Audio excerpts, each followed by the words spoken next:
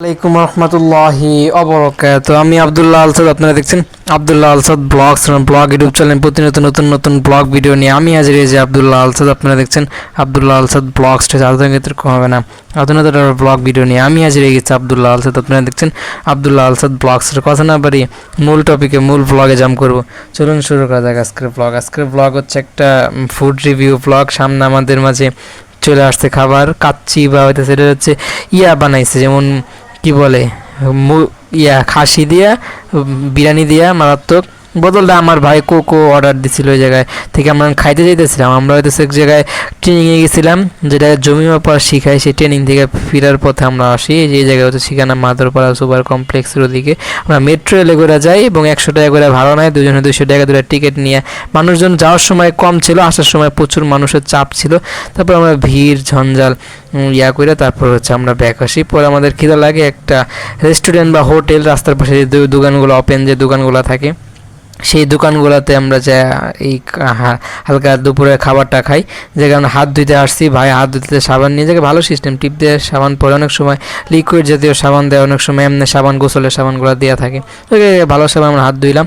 হাত ধুয়ে ডাইরেক্ট করে আমার পানি নিয়ে গেছিলাম। মানে কথাগুলো আর কি তাপে বলবো নাকি, সে আমার মেসেঞ্জারে জানাইছিল যে হইতেছে আমার সাথে দেখা করবো বা হইতেছে আমরা এক জায়গায় যাবো, তুমি যাবে নাকি। আগেও জানাইছিলাম, টাইমটা বলে নাই কোন সময়। পরে আমি আমার আস্তে আস্তে ধীরে ধীরে কাজটা করতেছি, সকাল থেকে আস্তে আস্তে ফ্রেশ হইতেছি, এটা করতেছি। পরে জানতাম কিছুক্ষণের মধ্যে ফোন দিব জায়গায়। একবার দিয়েছে ফোন, সময় ধরি নাই। বাসায় হইতেছে মেহমান আসছিল, মামা আসছিল, তারপর মামি আসছিল, ঝামেলা আসছিল, এই অনেক কিছু দেখা শুই না চিন্তা ভাবনা করে আমি সকালবেলা উঠছি। উঠা ফ্রেশ হয়েছি, নিজেও একটু ফ্রেশ হওয়ার পর বাঁচতে অনেকক্ষণ ধরে আমার ফেসবুকে সব হইতেছে সব হয়ে আসছিল, মানে হয়ে যাচ্ছে ফিক্সড ডিপোজিটে নোটিফিকেশন আইসা ভরে গেছিলো। ওগুলা ক্লিন করার প্রয়োজন ছিল। ক্লিন করতে করতে অনেক সময় যায়, আলহামদুলিল্লাহ সময়গুলো গেছে ভালোই, যেটাই যায় ভালো। তারপর ওই জায়গা থেকে ক্লিন করলাম। ক্লিন করার পর প্রচুর সময় অতিবাহিত হয়েছে। অতিবাহিত হওয়ার পর ওই জায়গা থেকে আসলো নোটিফিকেশন। আসার পর নোটিফিকেশন দেখা একটু আমি তাগাদা করলাম। হওয়ার পর তারপর ফোন কল আসলো। এরা বললো এরকম ওই জায়গায় দাঁড়াও বা এসে আসো, একটা কনভারসেশন হয়েছে। তো আমার দেরি করার সুযোগ হয় না। নিচে আবার হইতেছে ফ্যামিলি মেম্বারদের পানি আনা লাগে, খাওয়ার পানি আইসাও খাওয়ার পানি একটা পসিবিলিটি থাকার প্রয়োজন। ওই জায়গা থেকে হালকা করে পানি নিয়ে ওই জায়গায় ভাই দিয়েছে, আমি আসি। আপনি পড়ছেন কি ভাই, দাঁড়ান ভাই, আমি কিছুই করি না। নিচে আর প্রচুর চাপ, অনেক আগের থেকে রেডি হই। জায়গায় অনেকে আধা ঘন্টা আগের থেকে রেডি হয়ে জায়গায় আমি 2 ঘন্টা আগের থেকে রেডি হই। এটা আমার কলেজ লাইফ থেকে এরকম। কলেজে আমি সেজন্য হইতেছে কোচিংয়ে দিতে যাই না এই ঝামেলার কারণে, এই রেডি হওয়া ঝামেলা। এর লেগে আমি হইতেছে বেশিটা করছি যে সহজে যেটা করা যায়। ঠিক একই সেম আমরা এই জায়গায়ও আগের থেকে রেডি হওয়ার প্রয়োজন হলে টাইমটা বললে সেটা ভালো হতো। না হওয়াতে তাড়াহুড়া করে পানি আইনা বাসায় দিই, আর 2টা রাখা দিই, কারণ সম্ভব আছে না ভাই রাগ হয়ে যাবো বা অন্য ধরনের মেন্টালিটি তরকারি ঝামেলা মনে করছে।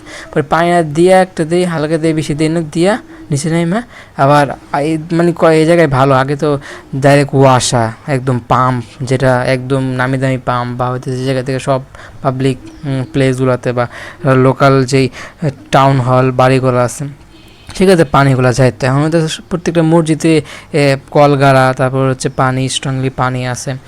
বাসায় এরকম সিস্টেম করছে, নিচ থেকে পানি নিজেদের পানি নিজেরাই উঠায় আনতে পারে, এরকম একটা সুন্দর একটা সুবিধা করে নিছে সবাই। কিন্তু সহজ, আগে তো কষ্ট করতো পানির জন্য, আমরা প্রচুর কষ্ট করছি কারেন্টের জন্য। নিচে ডিপে পানি ছিল না, এরকম অনেক স্মৃতি আছে। যদি জানতে চান ধাপে ধাপে কমেন্ট করবেন, সেটা ধাপে ধাপে আপনাদের মাঝে শেয়ার করবো। এরকমই পর্যায়ে থেকে আমি রেডিমেডি হইয়া পরে যাই সামনের দোকান থেকে পানি দেরি করে জায়গায় দাঁড়াই থাকুন, দরকার কি জায়গা থেকে যে কান আস্তে আস্তে সাইরা মেরে তারপর যাই। তারপর দৌড়ের উপরে পানি নেওয়ার আগেও দৌড় দিছি, পানি নেওয়ার পরও দৌড়ছি, আলকা একটু নামাইছি, আমার দৌড় দিচ্ছি, দেখা হয়েছে ভাইয়ের সাথে। ভাই খুশি, এই কী অবস্থা, আমি ভাইয়ের আগায় আসছে, আমি তো ভয় পেয়ে গেছিলাম, চেতে যাইনি। বেশি দেরি করে না, 10 মিনিটের মধ্যে আলহামদুলিল্লাহ দৌড়াই গেছি। তো রিক্সাও কিন্তু এরকম 2-3 মিনিট 5 মিনিট লাগে, কিন্তু ভালো সময় দৌড়ায় যাওয়াতে কিন্তু সময়টা কম লাগছে। নিচে চিনি তো, এর লেগে মনে হচ্ছে সময়টা অনেক কম। তো না চিনতাম দৌড় কোনো রাস্তা শেষ হতো না। তো ভালো দেখা করলাম ওই জায়গায় অনেকটা সময় বাসের জন্য ওয়েট করলাম, বাস পাওয়া যেতেছে না। ওই দিন পুরো ভিড় ছিল রাস্তায় চলাফেরার জন্য, বাসে যে অ্যাবিলিটি সেটা পাওয়া যাইতেছিল না, অনেক চাপ আসছিল। যাই হোক আমরা কয়েকটা বাস দেখি বা যাত্রী যাইতেছে, বাস ভরা থামতেছে না, যতবারই যেতেছে পুরো বাস ভর্তি হিসেবে যেতেছে।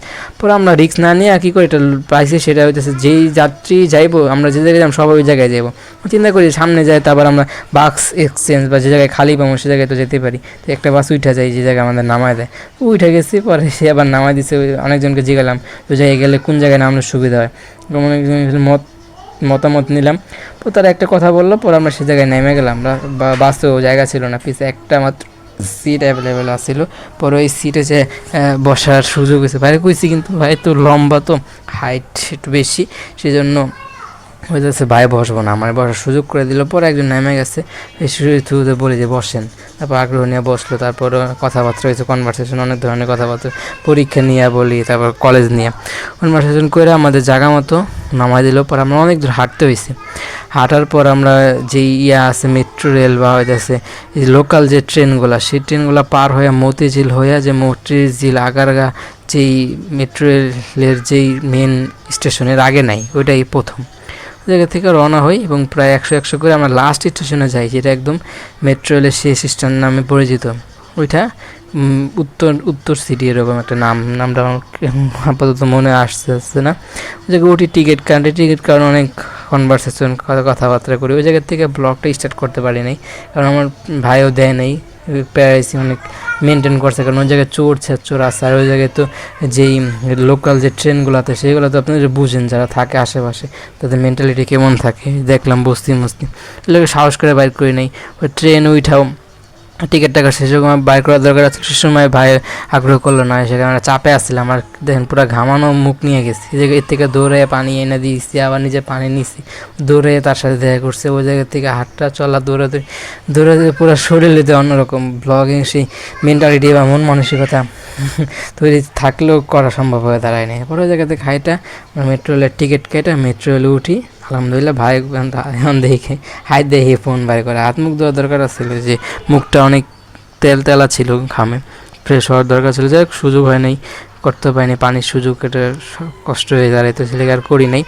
পরে আমরা টিকিট নিয়ে উঠি ভাইয়ের ছবির থ্রুতে। পরে জায়গা থেকে ব্লগ স্টার্ট, ধাপে ধাপে আসবো। এটা একটা লাস্টের দিকে ফুটেজ আসছে, খাবার পরে আমরা যাই।